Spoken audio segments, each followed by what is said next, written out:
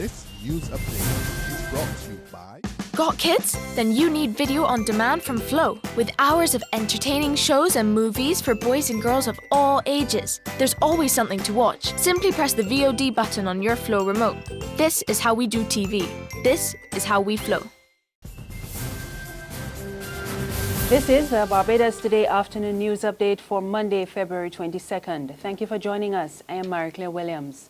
Police are questioning one adult in connection with the 6 female students of the Grantley Adams Secondary School who went missing last weekend. 5 of the girls have been found, and police spokesman David Welch tells Barbados Today they are still searching for the 6th student. As investigations continue into the report of 6 missing girls, 5 of these girls have been traced. They were traced at a St. Michael residence, and an adult is currently being questioned in relation to this whole investigation. Today, Makiba Katrina Redmond, 14 years, also a student of Granny Adams Secondary School, is still outstanding. We are appealing to the public for any assistance in tracing this missing girl.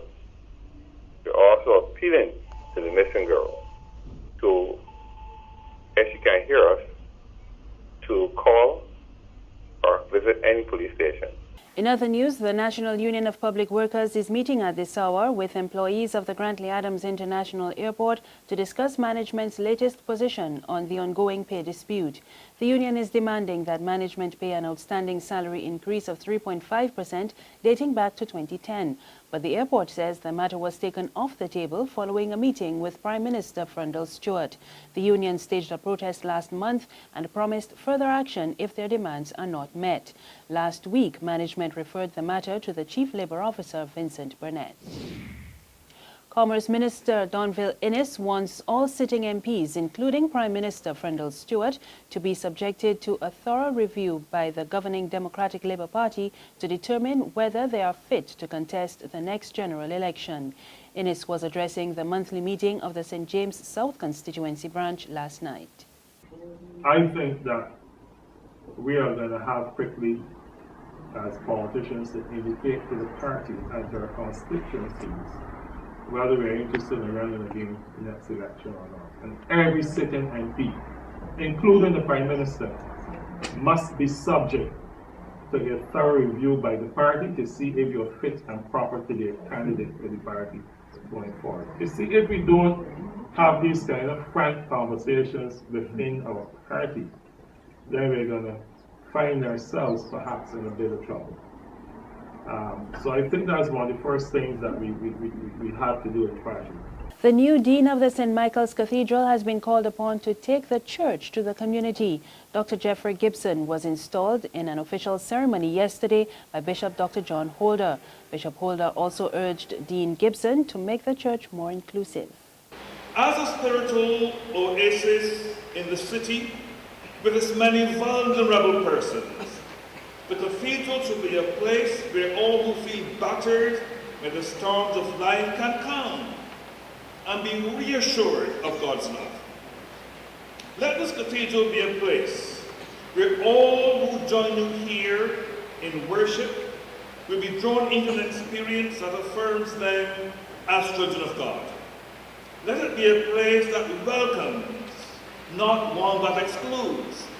Let it be an experience of the all-embracing love of God. As a people-oriented congregation that never allows the tradition to get in the way of a warm Christian welcome, the ministry of this cathedral can be an example of how the tradition itself, whether music or ritual or even history, can be a vehicle that conveys the message that the Lord of glory reaches out and embraces each one of us, no matter who we are, no matter where we are on the journey of life. There's regional and international news after this short break. Secure your future, be financially strong. Since 1983, we have been there for you. A smart range of products, great tax benefits. We're the solution to your whole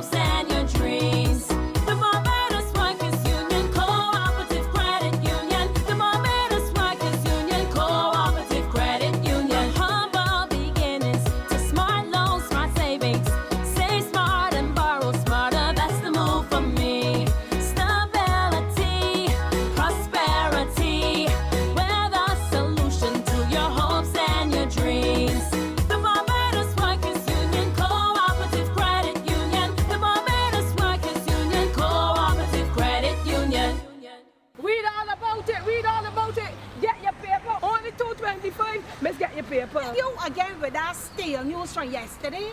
I got the Barbados Today app on my phone, and I just get my news for free. What do she? Barbados Today. News you can trust.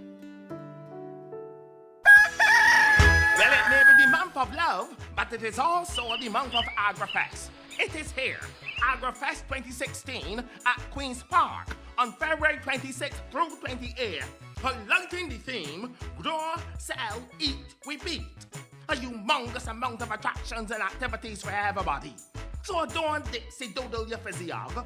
I, Brother Daddy, will be there, along with my sheep, Dolly, Dootsy, and Dan. So come, let me celebrate the very best of agriculture in the Caribbean. In news from the region, St. Vincent's Central Water and Sewage Authority is warning consumers to brace for more dry months due to reduced flow into its main intakes. Engineer Bernard Maloney says there is a similar situation in the island's second most important source of potable water. The regional outlook states that St. Vincent and the Grenadines will continue to be under drought watch until May, but Maloney says the CWSA is always in drought mode and is planning for the way forward. On the international scene, more than 10 million people in India's capital are without water after caste protests over job quotas cut off the main water supply. The head of Delhi's water board says it will take up to 3 or 4 days before normal service can be restored. We get more in this BBC report. More than half of the population of Delhi now has no water supplies whatsoever. They depend on bottled water and the supply of water from tankers like these. It's an extraordinary situation for any capital city to be in, and certainly a city on the scale of Delhi. The army has been fighting to take control of a key canal. It was closed by protesters demanding better job and educational quotas for their caste members. They've now agreed a deal with the authorities, but it will still take several days before the water supply is fully restored. That means millions will have to continue to get by as best they can. There is no water, and this is the 4th day morning we are having no water. 4 days with no 4 water. days. And how many people in your family? Myself, my 2 sons, my daughter-in-law, my grandson. And finally, it was a dream come true for 106-year-old Virginia McLaurin when she visited the White House recently and met with President Barack Obama and his wife Michelle. McLaurin could barely contain her excitement and even danced with the first couple. How are you? I'm fine. Oh, it's so nice to see you.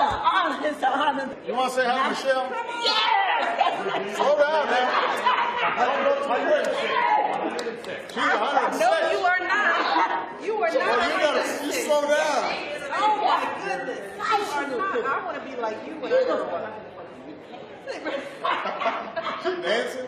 Come on. So what's the secret to still dancing at 106? Huh? Just keep yeah. Come on. We're so happy to have you here. And look at those nails. Nails are all done. Those nails. Yes, sir. I thought